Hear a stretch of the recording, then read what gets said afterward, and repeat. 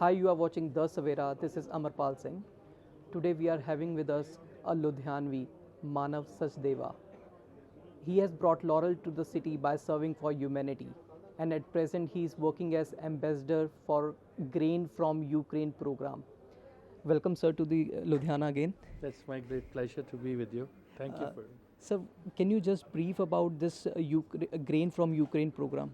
absolutely. The Grain from Ukraine program is a program that essentially takes the extra grain that Ukraine is, as I've told before, Ukraine is a breadbasket of Europe, or it used to be the breadbasket of Europe, just like Punjab is the breadbasket of India, or always has been. And so the war created a problem that we don't have an easy way to transport the extra grain out of Ukraine. The seaport has a Russian naval blockade, so there's been a lot of negotiation to get a humanitarian corridor. The idea being that we are trying and it, and to not have this rot. See, 20% of the world's wheat, corn, up to 50% of the sunflower oil of the country, of the world, used to come from the country, from Ukraine.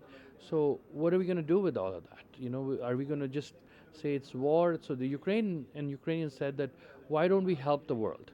We'll take what we need for ourselves, but we will not charge a penny. We will not charge a grivna. A grivna is Ukrainian currency, basically not a ek rupaya, you know, like nothing to for the actual output, but just cover the cost of freight. So the US and Europe and certain donor countries, and frankly, anybody can be a donor country to the grain from Ukraine.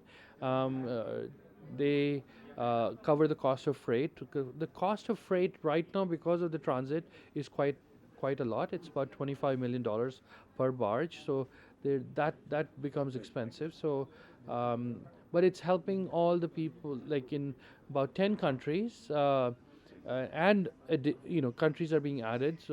8 out of those are in Africa, and 2 are in Yemen and Afghanistan, and we're trying to expand to areas around here as well, like places that are in conflict or difficulty, like Myanmar or parts of our neighborhood. Let's not name countries just yet before we negotiate.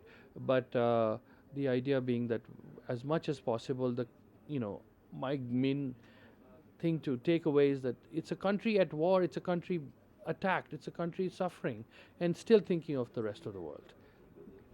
So, how war has impacted the Ukraine agriculture? See, the Ukrainian agriculture, see, the Ukrainian soil is very good, so it produces a lot. But what happens is that you have the eastern flank of the region around Donbass, Donetsk, Luhansk. You know, Crimea has already been taken over. So the eastern flank that is closer to Russia, the more it gets encroached or attacked, the harder it is to, you know, harvest and so let's call it a third. A third of the country is affected in terms of agricultural production and definitely harvest and to be able to get it out towards the world.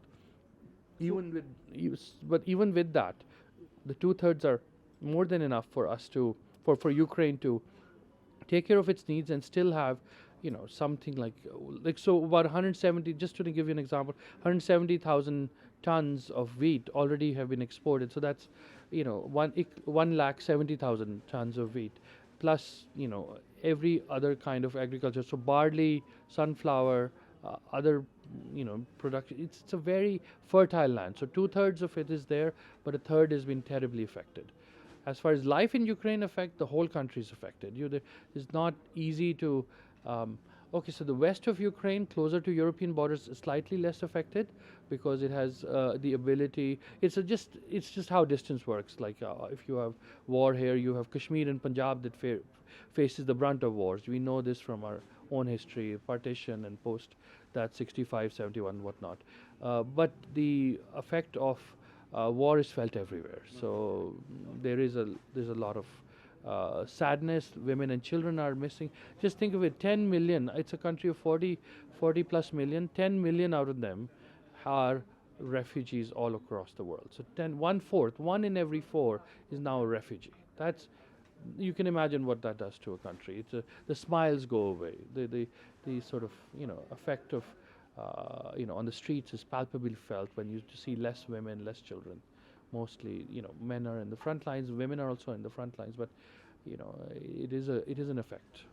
What is the purpose of your visit and what is your message? Yeah, absolutely. Thank you for that. The purpose of the visit is to highlight that Ukraine as a country is worthy of Punjabi or Indian sympathies, Indian understanding.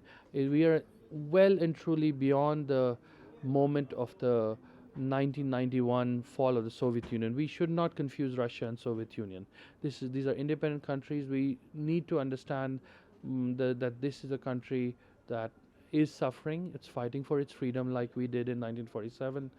But more than that, my bigger message is really apolitical. Away from politics, it is about grain. Just like Ukraine does not make a difference with, another person asked me about Gaza. It does not make a difference whether it's a Gazan who's hungry, or a Yemeni who's hungry, or an Afghan who's hungry, or a Kenyan who's hungry. As my dear friend Mr. Sonu Niliba, he said that 80 plus countries have people living who don't have enough to eat on a daily basis. There's nutrition problems, or there's basically severe lack of grain for just satisfying basic nutritional needs. So Ukraine's like very simple about it. Like, let's support everybody who's suffering. जो जैसे पंजाबी कहना खुद ते गुजरदी तो दूध समझ आती है. As when it happens to you, you understand the others. Maybe more and more, it was always a large-hearted people and large-hearted country, and now it's going through even worse problems. It really wants to help the world, and my main message is we should really appreciate that, really respect that it's a country going through so much, and it wants to support and help people who are poor or difficultly, suffering. Why not we calibrate and at least appreciate the country and see it with fresh eyes, see it with new eyes. Sonu Nilibarji, like your friend is here from Ukraine, how you see he's serving for humanity? I think Manav Sachdeva is doing a great job. In fact, in the morning when we were discussing, and when you look at it, we are so blessed that we live in a free country. We can think freely, and every morning we don't have to wait that might be a drone attack. Mm-hmm. We're staying with our families, and when 25% of your population is displaced, your women and children are somewhere in refugee camps, it is a nightmare. And in Punjab, or in our families, when we discuss with our parents who have seen the partition, after so many years also, they remember those 7 days. Imagine that war for 2 years is happening. And I just pray to God that there is peace and prosperity everywhere in the world, that people don't suffer and humanity lives like humanity. And I think people like Manav, who are doing service to humanity, they're doing a great job, and we should pray for their well-being, because anyway they are carrying our Indian flag. So wherever Manav goes, everybody knows he's Indian.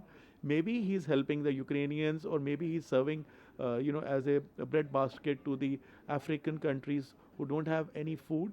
They are dying of starvation.